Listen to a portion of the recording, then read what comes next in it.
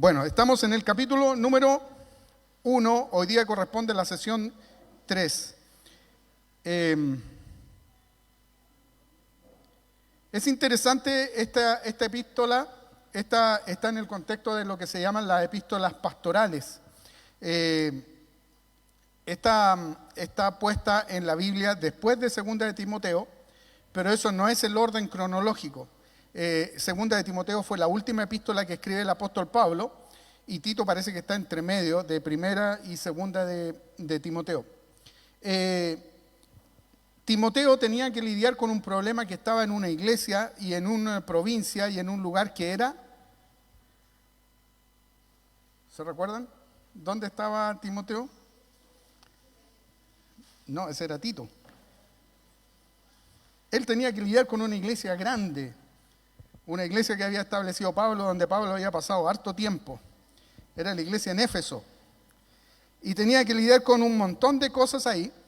Y lo que siempre digo en el repaso, que al parecer Timoteo era un poco tímido o estaba siendo influenciado por estos falsos maestros que se avergonzaban del evangelio, se avergonzaban de que Pablo estuviera en la cárcel y decían que Pablo había estado en la cárcel o estaba en la cárcel básicamente porque era un malhechor y porque no estaba cumpliendo con el evangelio como tenía que ser.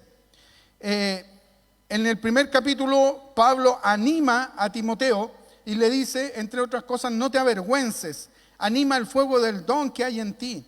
Recuerda la fe sincera que primero habitó en tu abuela Loida, en tu madre Eunice, y esa fe sincera que ahora habita en ti.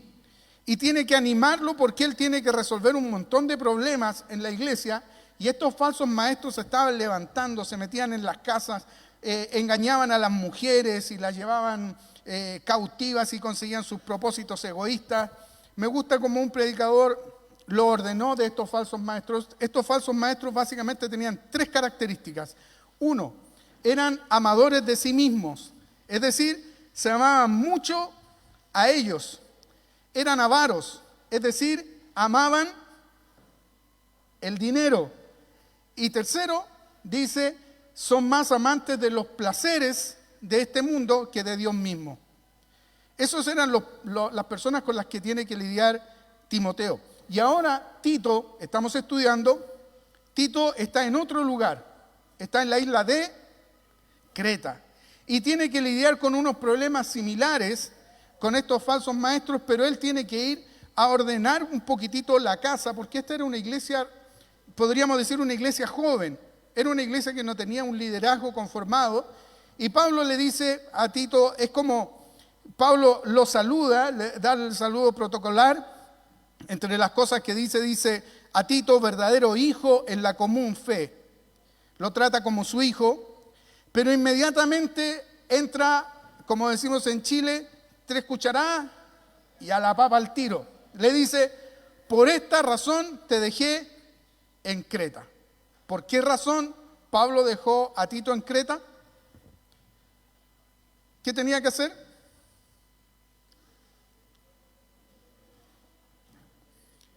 Para los que nos están viendo en la señal, están todas las manos aquí levantadas y todos se están peleando por contestar. Ustedes no pueden ver eso, así que tengo que ordenar la cosa.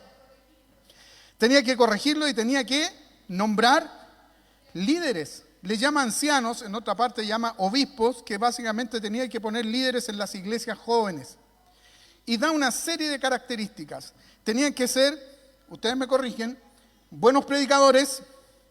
Tenían que haber estudiado en el Instituto Bíblico, tenían que tener licenciatura en teología, tenían que ser, cuando predicaban, tenían que ser bien, ¿cómo se dice?, locuaces y bien humorísticos, tenían que tener carisma. Muteame eso que dijo el pastor Jim, porque lo dijo el pastor Jim, yo mañana tengo que ir a una reunión de pastores, gloria a Dios. Así que tenía que tener esas características, ¿se recuerdan? No eran esas características. A ver, pero en las iglesias, la gente cuando va a la iglesia usualmente, ¿qué busca en las iglesias? ¿Qué busca? Que el pastor sea una persona media jovial, que no sea tan fome como el que está predicando, sino que tenga un carisma bueno, no sé, pues que de repente cuente muchas historias, que sea un pastor que, no sé, pues que hable, el Señor me habló anoche en sueño, me dio una nueva revelación para ustedes. ¿Ustedes se han dado cuenta que esas iglesias están llenas? Llenas, pero llenas. Y el pastor habla y comienza a decir, el Señor tiene un milagro para ti. Y todos amén, y se arma un avivamiento, y a muchas personas nunca les llegó ese milagro, pero el pastor lo dijo y tuvo peso. Y ¿saben qué? Eso es lo que la gente está buscando en los pastores y en los líderes en las iglesias hoy en día. Pero ¿cuáles eran las características que tenían que tener los ancianos? La primera, el que fuere irreprensible, marido de una sola mujer, y tenga hijos creyentes que no estén acusados de disolución ni rebeldía, porque es necesario que el obispo sea irreprensible como administrador de Dios, no soberbio, no iracundo, no dado al vino, no pendenciero, no codicioso de ganancias deshonestas, sino hospedador, amante de lo bueno, sobrio, justo, santo, dueño de sí mismo, retenedor de la palabra fiel tal como ha sido enseñada, para que también pueda exhortar con sana enseñanza y convencer a los que contradicen. A ver, ¿cuáles son las características que estamos buscando nosotros los pastores? Es como que íbamos bien cuando yo estaba bromeando, pero cuando llegamos a este punto se quedaron todos así serios. Es como que el Señor nos empieza a golpear y nos empieza a decir, estas son las características que tienen que tener los líderes. Y les aseguro que más de alguno de ustedes está pensando, ¿el Dani tiene esas características? Y empiezan a ver, en esta falla el Dani, en esta... Pero ¿saben cuál es la conclusión? De que cuando tú tienes una vida transformada por el poder del Evangelio, estas características afloran no solo en los líderes, sino en el cristiano. Si tú eres cristiano, si tú dices haber tenido un encuentro transformador con el poder del Evangelio, estas son las características que tienes que tener. Entonces para Tito no debió haber sido tan difícil escoger ancianos porque todos tenían esas características supuestamente.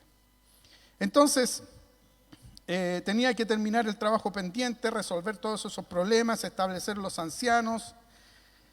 No es por sus capacidades de liderazgo, no es por sus estudios teológicos, no es por su carisma ni sus dones de liderazgo. Pablo pone énfasis en el carácter moral que tienen que tener los líderes. Este carácter moral, como les decía, no es algo que deben poseer solamente los líderes, los pastores, es algo que debemos tener cada uno de los cristianos. Esas características que dice acá tienen que ser de cada uno de nosotros, porque hemos tenido un encuentro transformador con el poder del Evangelio. Para los que no ven, tenemos los micrófonos ambientales muteados, pero todos están gritando amén, gloria a Dios, sí Señor. Ahora el apóstol Pablo pasa a hablar del carácter de los cretenses y define de forma más clara quiénes son estos falsos maestros, su carácter moral y cuáles son sus verdaderas intenciones. Y para eso vamos a ir a Tito capítulo 1, versículo 10 al 16. Antes de entrar a la lectura les invito a que oremos, porque de verdad estoy nervioso y necesitamos que el Espíritu Santo de Dios nos hable. Porque puedo tener el carisma, puedo tener la pinta, puedo engancharlo a ustedes, pero si el Espíritu Santo no se mueve, estamos puro perdiendo el tiempo y hemos venido a puro comer sopaipillas y empanadas y tomar un tecito juntos. Pero necesitamos que el Señor hable a nuestras vidas, que el Señor transforme nuestras vidas. Señor, nos acercamos a tu trono, nos acercamos a ti, Señor. Siempre repito la misma frase en cada una de las oraciones que hago antes de exponer tu palabra. ¿A quién iremos si solo tú tienes palabras de vida eterna? Y estas palabras de vida eterna están aquí, en tu palabra. No en lo que yo pueda decir, no en la anécdota que pueda contar, no en el sueño que tuve anoche, no en la experiencia que viví, en tu palabra, Señor. En esta palabra escrita, Señor, en esta palabra que se ha preservado por siglos y siglos y el enemigo se ha levantado para tratar de destruir esta palabra y que no la tengamos, pero tú la has preservado, Señor, a través de la guerra, Señor, a través de tantas cosas. Y hoy día nos sumergimos en esta palabra, en este viaje, para que tú hables a nuestros corazones. Confróntanos, Señor, por favor, te lo rogamos, porque queremos que tú uses nuestra vida.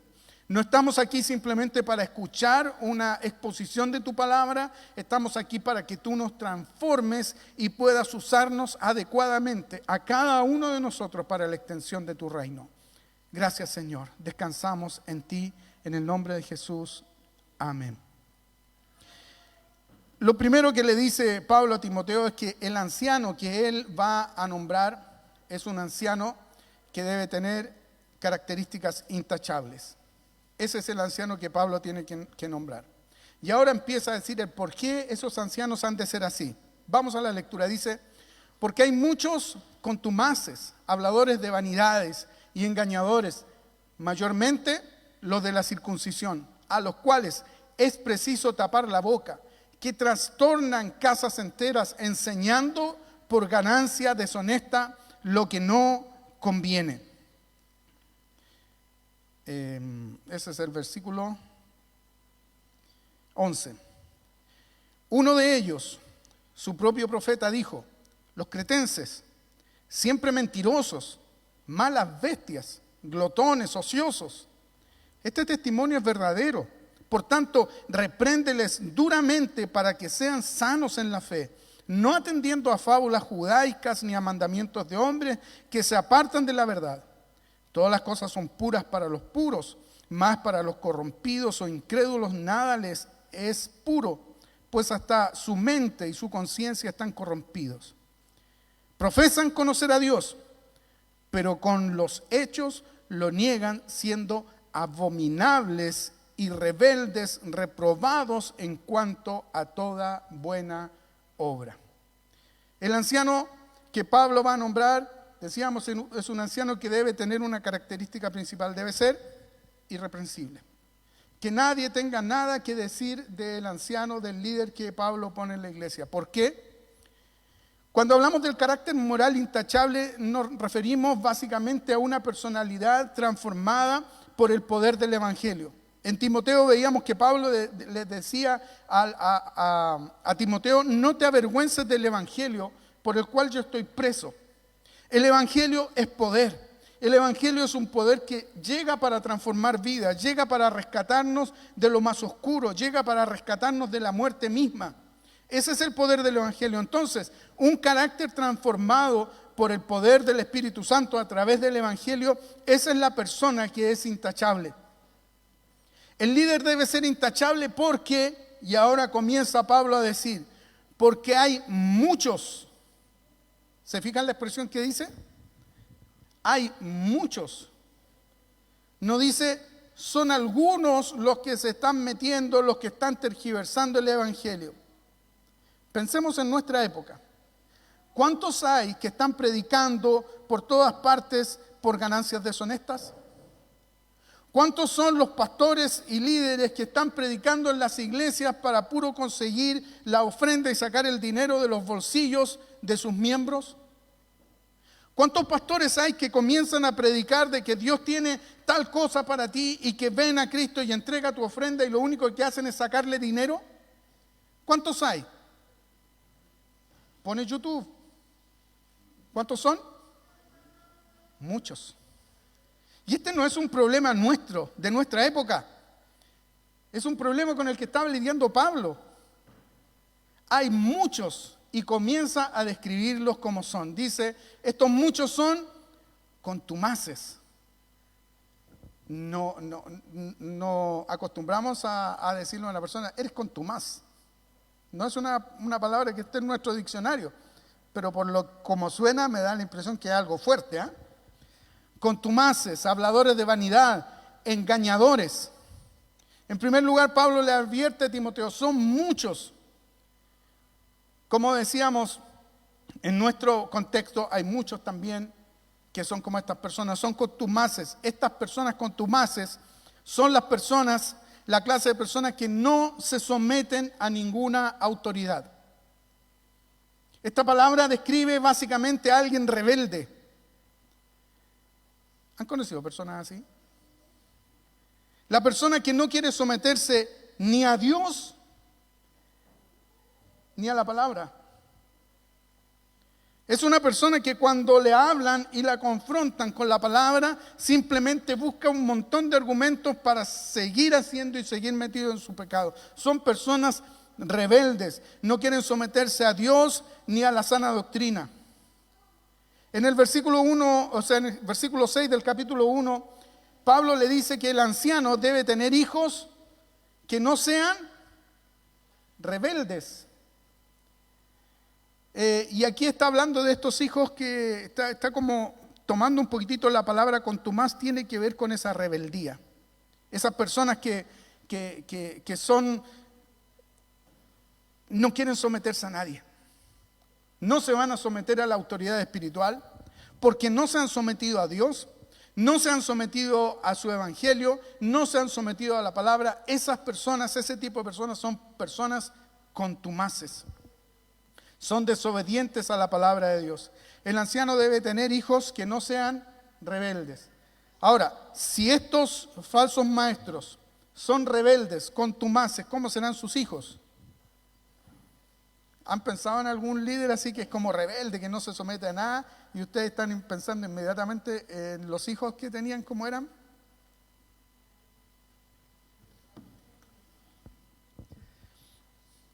Sigue diciendo, habladores de vanidad. Personas que hablan y su hablar es un hablar inútil. Iba a poner un video, pero me arrepentí. Me arrepentí porque tenía que ver un poquitito con política y trato de no meterme en política. Pero hay una mujer que llegó un video por ahí que empieza a hablar. Y empieza a hablar del feminismo y empieza a hablar de la reunión en que estamos y tú la escuchas y habla como por 5 minutos y al final terminas diciendo, ¿qué dijo? ¿Qué dijo? ¿Qué dijo? Habla, ¿se acuerdan? Porque llegó a la familia el video. No quiero decir quién lo mandó. Pero habla y no dice nada. Pero saben que, como dijo alguien por ahí, en su hablamiento usa expresiones tan altas, tan grandes, que yo me imagino a toda la gente que estaba escuchándola, que estaban, wow, qué sabia esta mujer. Y la verdad no está diciendo nada. Estos habladores de vanidad son estas personas que hablan y su hablar es un hablar inútil. Es un hablar sin propósito. Personas que usan la Biblia no para hablar y exponer lo que la Biblia dice, sino para apoyarse en lo que ellos quieren decir. De repente yo debo tener ¿cómo se llama esas personas que les gusta sufrir? Masoquistas, porque pongo la radio en una radio cristiana y la hermana empieza a hablar de la viuda que el profeta le dijo que le diera de comer y que tenía solamente el aceite y harina, y el profeta le dice, dame a mí primero, y le cocina y nunca le faltó el aceite ni la harina y toda la cuestión, y por eso tú tienes que ofrendar para que la radio siga adelante, porque tienes que darle al Señor primero. Y toma el pasaje y lo saca del contexto para apoyar lo que ella quiere decir. ¿Qué quiere decir ella? Dame el dinero para que yo siga en la radio. Entonces, no explican, no exponen la palabra. Este tipo de personas predica sermones muy hermosos. Tocan nuestras emociones. Muchas veces hasta lloramos, pero fallan en un aspecto muy importante. No están explicando ni están exponiendo la palabra de Dios como tiene que ser expuesta. Sermones llenos de experiencias. He escuchado personas que empiezan a leer la Biblia, empiezan a sacar números, y que este número significa esto, este número significa esto otro, y empiezan a hablar un montón de cosas que la Biblia no dice. Sermones llenos de experiencias, sueños, visiones, anécdotas, humor, pero no hay Biblia, no hay palabra de Dios. En su hablar no hay nada que pueda edificar. No te conduce su sermón a la cruz de Cristo. No te confronta con tu pecado. Es un hablar lindo, pero es un hablar vacío y es un hablar hueco. Continúa diciendo, son engañadores. Estas personas no solo son rebeldes, sin sometimiento a Dios ni a su palabra. Aparte de que su hablar es un hablar vacío que no conduce a nada, estas personas son engañadoras. Son unos impostores. La palabra en griego estudiaba, mientras preparaba el tema, la palabra en griego dice que tiene un significado muy interesante. Significa que son personas que seducen la mente. O sea, son embaucadores, charlatanes. Les cuento una experiencia que me pasó una vez, que alguien que me engañó. Estaba en una bencinera y voy saliendo del lugar y sale un tipo con unos y me dice, amigo, tengo pantalones Docker. ¡Wow! Docker. Y los tengo, no me acuerdo cuánto, 5,000 pesos, algo así. ¡Wow! Así que me compré mis pantalones Docker y dije, hice el medio negocio. Envueltos, bien bonitos los pantalones, vi talla tanto, me los pasa. Cuando llego a la casa eran unos pantalones de niño de la ropa americana y me engañó. Y pagué mi plata y perdí plata. El problema es que no solo el que embauca es el culpable, sino el que se deja engañar también es culpable. Y cuando estamos hablando de personas que seducen nuestra mente tratando de tergiversar la palabra, nosotros somos tan culpables porque nos dejamos embaucar. Porque queremos el milagro rápido. Porque queremos la solución rápida para nuestra vida. Porque queremos vivir en este mundo de acuerdo a los principios de este mundo. Entonces cuando nos dicen tráeme una ofrenda y el Señor te va a multiplicar en 1000%, traemos esa ofrenda no porque queremos agradar a Dios o queremos extender su reino, sino que por motivos egoístas nosotros queremos tener nuestro bolsillo lleno de dinero. Nuevamente la palabra de advertencia de Pablo es cuidado. No seas engañado por una supuesta sabiduría humana, por títulos, por carisma, por sueños, por pseudo manifestaciones del Espíritu. Pablo está describiendo a los falsos maestros, aquellos que son totalmente lo contrario a lo que Tito tiene que buscar en los ancianos que él va a establecer en la iglesia. Aquí vemos la razón por la cual es sumamente importante establecer líderes de carácter y vidas piadosas, porque siempre hay lobos camuflados de ovejas. Siempre hay lobos vestidos con pieles de ovejas intentando entrar al redil. Y cuando un lobo entra en el redil, no es para ir y acariciar a las ovejas, sino es para ir, matarlas, asesinarlas y servirse de ellas. La iglesia siempre se verá enfrentada por personas rebeldes que no quieren realmente someterse al orden de Dios, sino más bien ellos quieren dirigir y controlar y manejar a las ovejas para sacar un beneficio propio. Y Pablo le dice a Tito, cuidado, tienes que establecer ancianos irreprensibles porque hay muchos de estos. Y después los identifica con más exactitud, dice, mayormente, o la palabra se podría cambiar con, es decir, los de la circuncisión. Ahora Pablo los identifica con claridad. Estas son personas judías, no sé si me seguís con la imagen. Ya, estas son personas judías que se han introducido en la iglesia. Dicen creer en Jesús como el Mesías Salvador, pero se aferran a los mitos judíos como la circuncisión, como asuntos de comida, diciendo que no tienes que comer esto, no tienes que comer esto otro, que has recibido a Cristo como tu Salvador, está bien, pero ahora tienes que hacerte judío y tienes que circuncidarte. ¿Se imaginan una persona como yo de 55 años tener que circuncidarme? Y estas personas se metían en las casas y hacían eso. Ellos establecían este legalismo como un requisito para la salvación. ¿Me están siguiendo la idea? No están durmiendo, ¿no es cierto? Si no se sirve nuestro café, no hay problema.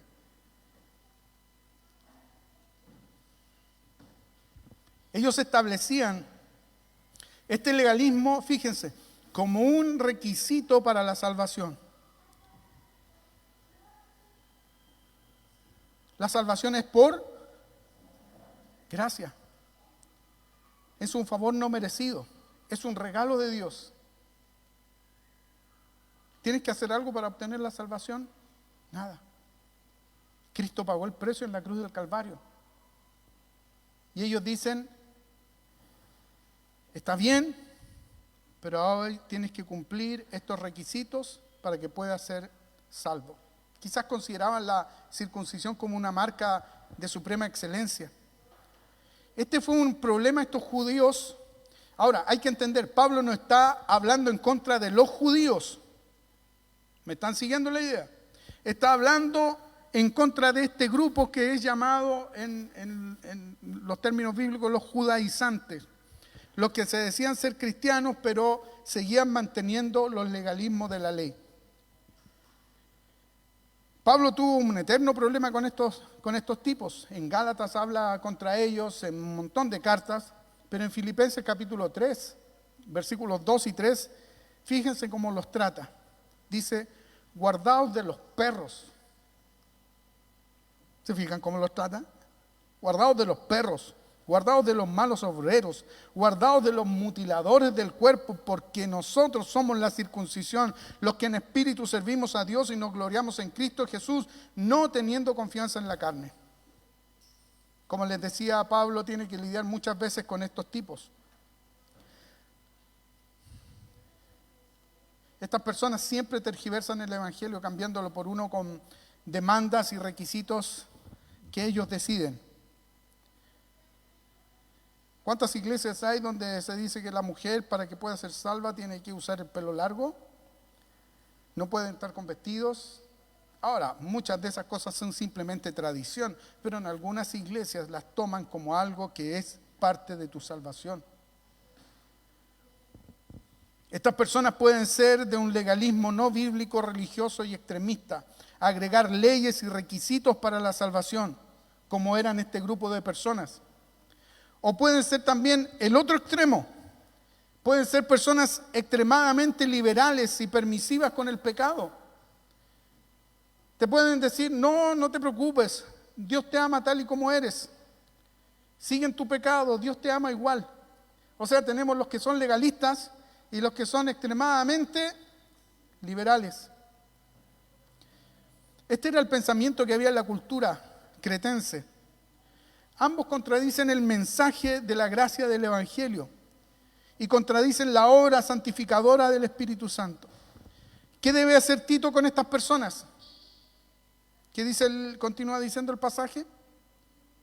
¿Qué tiene que hacer? A los cuales es preciso tapar la boca.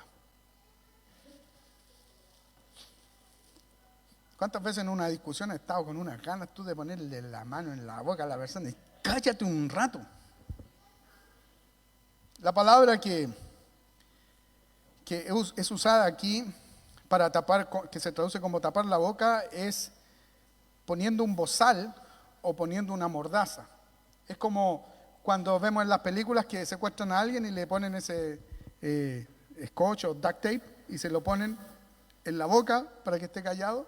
Pablo está diciendo a esas personas, a estos contumaces, a estos engañadores, anda a la ferretería, cómprate un duct tape, cómprate un scotch bien grande y pégaselo en la boca y déjalos callados.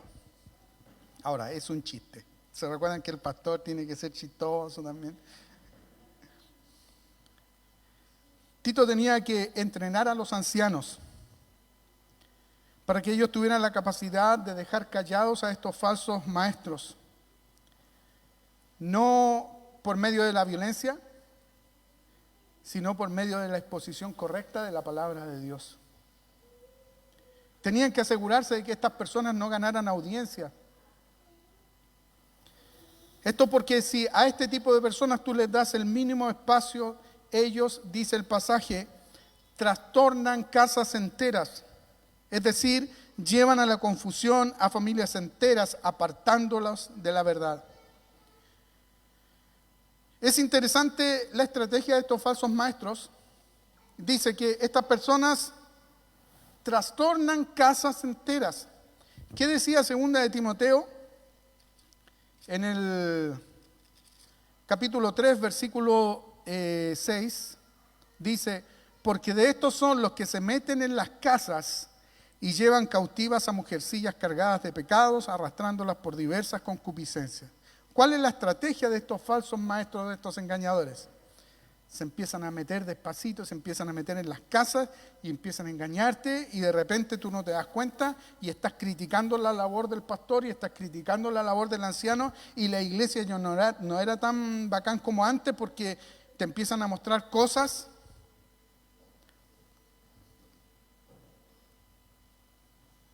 Ahora, ¿qué pasa si un falso maestro entrara acá ahora y empezara a hablar y empezar a tratar de, perdonen la expresión, los que no están viendo, de engrupirnos? ¿Qué pasaría aquí en la iglesia? Se levantaría un montón de gente, aparte de los coscachos, no, y empezaría a argumentarles bíblicamente de que lo que está haciendo está errado. Una vez un joven de esta iglesia, no voy a nombrar quién, me mandó un video y me dijo: mira este video y dime qué piensas.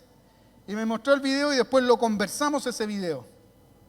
Y él me decía: cuando esta persona estaba hablando, yo me acordaba de lo que se ha predicado en el CMM y cómo esta persona no estaba haciendo una buena exposición bíblica, no estaba atento al contexto, no era lo que decía el pasaje, y me di cuenta, algo hicimos bien en el CMM. Porque estoy hablando de un joven, ¿ah? Y yo sé que muchos de ustedes tienen la capacidad de defender la fe, no por medio de un argumento, sino por medio de la palabra del Señor. Por eso que estas personas no se meten en las iglesias. ¿Dónde van? A las casas. Ahora, tú puedes decir: yo no tengo contacto con los falsos maestros. Cuando llegan los mormones a la casa, yo me hago el que no estoy y no abro la puerta. Cuando llegan los testigos de Jehová, yo le abro la puerta y dice: ay, que estoy apurado, no tengo tiempo y me voy, así que no me engañan. Pero cuando enciendes tu teléfono y empiezas a buscar en YouTube sermones y empiezas a ver que hay un pastor que es muy colérico y que es muy gracioso y te empieza a engrupir y te empieza a engrupir, dejamos entrar esa falsa enseñanza en nuestras casas y comienzan a trastornar casas enteras. Estos falsos maestros estaban evangelizando de acuerdo a la cultura cretense.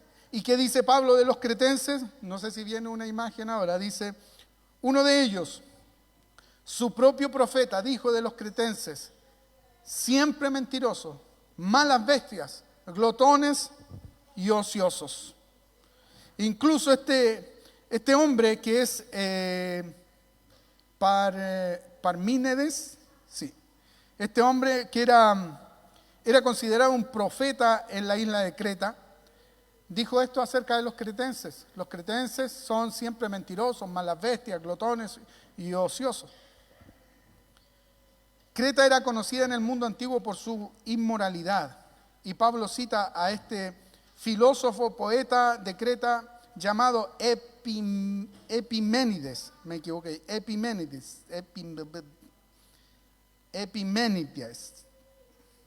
estoy pensando en inglés. Este hombre, el cual era considerado un profeta, un vidente por los cretenses. Pablo no está afirmando que este hombre es un profeta inspirado por Dios, sino que está usando una cita de este hombre que era considerado importante por los cretenses como un modo de verificación de la descripción general del carácter que tenían los cretenses. ¿Cuál era el carácter que tenían los cretenses? ¿Cuál era? Mentirosos, engañadores, eran flojos, eran unos glotones ociosos. ¿Cuántas veces he sido un cretense, Señor? Perdóname. En otras palabras, lo que está diciendo es verdad en el sentido de que son malvados, porque uno de sus mismos profetas lo declaró así. La mentalidad y la cultura cretense se estaba infiltrando en las iglesias de Creta. ¿Qué se estaba infiltrando en la iglesia de Creta? Se estaba infiltrando la mentira, el engaño, la glotonería, la flojera. Y Pablo le dice a Tito, ten cuidado. Ahora, usted puede decir, pero nosotros no somos cretenses. Pero ¿cuánto de la cultura de nuestra sociedad hoy en día se está metiendo en nuestras casas? ¿Cuánto de la cultura de nuestra sociedad actual está reemplazando los principios bíblicos? ¿Cuántos de nosotros hemos pensado, bueno, es que el aborto en 3 causales no está malo? Yo no tengo problemas con eso. Y aquí los que me están viendo que hoy me voy a meter en un lío. Pero es lo que la palabra de Dios dice. Y yo no me rijo, yo no me puedo regir por los principios del mundo, por la cultura del mundo, por lo que la sociedad dice, sino que yo me tengo que regir porque es lo que la palabra de Dios me dice. ¿Cómo crío a mis hijos? A través del libertinaje es que tienen que experimentar. Es que tienes que dejarlos que en el colegio les enseñen ciertas cosas porque el niño tiene que experimentar. ¿Y qué me dice la palabra de Dios? Que tengo que enseñarnos de acuerdo a la palabra de Dios, de acuerdo a los principios bíblicos. Esos principios tienen que ser repetidos de día y de noche. ¿Cuántos de ustedes cuando su hijo se va a acostar, cuando su nieto se va a acostar, hace una oración con él, le lee una palabra de Dios con él? ¿O simplemente le pone la Peppa Pig para que se aburra y se quede dormido luego?